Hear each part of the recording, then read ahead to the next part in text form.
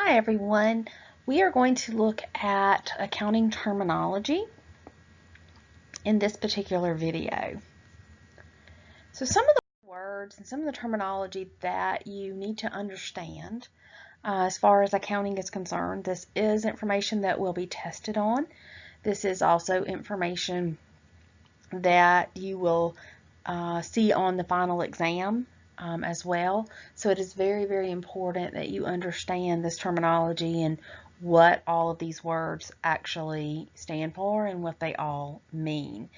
So the first word that we're going to look at is the word account. So when we see the word account, we are looking at a record of either a specific asset, a liability, an equity, a revenue, or an expense. So this is going to be things like cash, accounts receivable, accounts payable. Those are all accounts. And so every asset is going to have an account that goes with it. Every liability is going to have an account that is going to go with it, and so on and so forth. When we look at the chart of accounts, this is going to be a list of all the accounts that a particular company has, and it's going to include their account numbers as well. So it'll give you their account number, and then it'll also list the account name. The third thing we're looking at is the word journal. So journal is where we actually record our transactions. They are recorded in chronological order. It's also known as the book of original entry.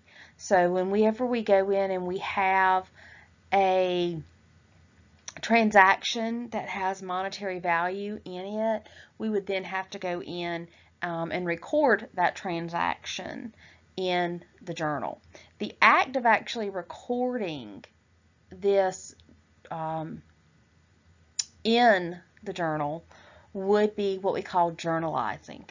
So again, that's just that process of recording that entry in the general journal. The other thing we have is the general ledger. A general ledger is going to be our primary ledger for the company.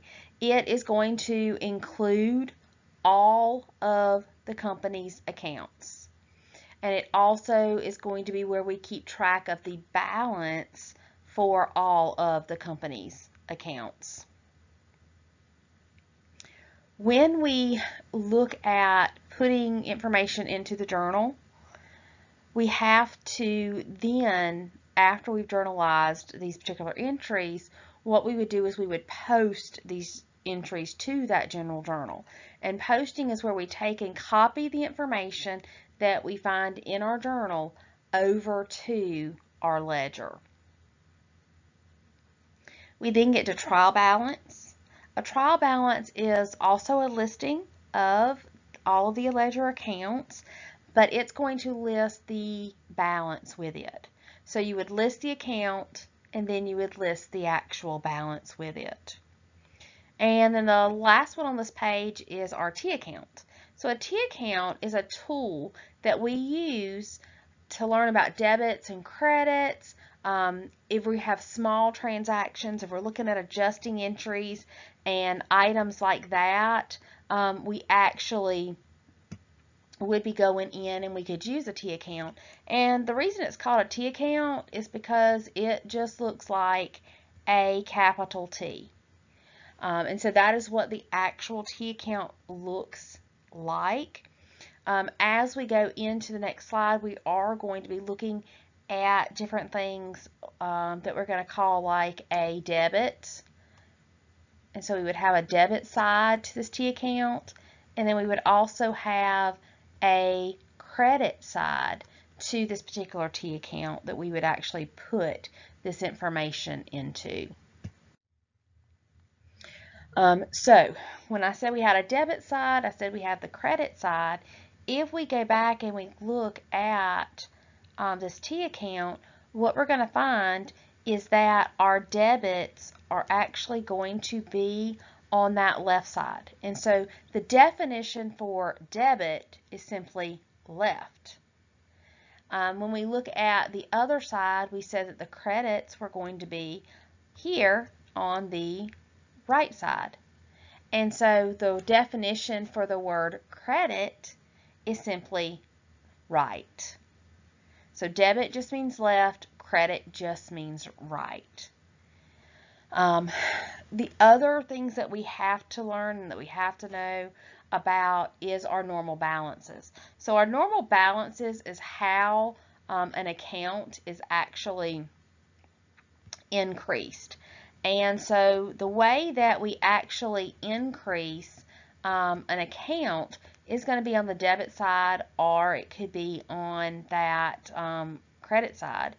And so the things that we see that increase on the debit side are going to be the asset account would increase. You would see the drawing account would increase, and our expense accounts would increase and have a normal debit balance. When we're looking at normal balances on the credit side, that means the things that if we put them on the credit side, this is how they would increase.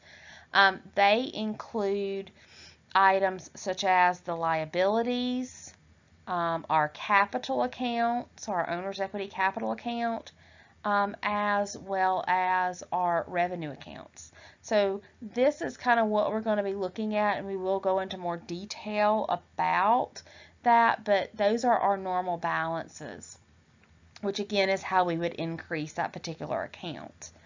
When we look at accounting records, we use something called double entry accounting. With double entry accounting, some of the factors that come into play is that each transaction has to affect at least two accounts. Can affect more, but has to affect at least two different accounts. You have to have at least one debit account, and you have to have at least one credit account. And your debit amounts always have to equal your credit amounts. So when we're dealing with this double entry accounting, which is looking at those journal entries, these are the facts that we have to make sure that we hold to be true. In that, you know, every transaction we have, if I say that we paid someone's salary, well, that means that we've got two accounts that are going to be affected there. We have the salary expense and we have our cash account are the two accounts that would be affected. Have to have one of the accounts would be a debit, one of them would be a credit, and the total dollar amount does have to equal on our debit side and our credit side. In looking at these journal entries, we can have two different types of journal entries. We can have a simple journal entry, and the simple entry is just where we have one debit account and we have one credit account that are equal to one another. The other type of account that we can have is something called a compound entry. And with compound entries, you can have one or more debits and one or more credits. So you might have one debit, two credits. You might have two debits, one credit. It really is just going to depend on what's going on with the account. So the simple entry is just one debit, one credit account. Compound entries, you're going to have at least three different accounts that you're looking at with a compound entry. Can have more, but at least three. So this is just some of that terminology that is very, very important for you to understand and you to know what all of these different things mean, because we will be using these words throughout this whole semester. We'll also be using these words, you know, in the second principles class as well. So it's very, very important that you know what all of these things mean. If I ask you on a quiz or on a test for these items, these are the things that I'm looking at, and these are the things that you would have to know.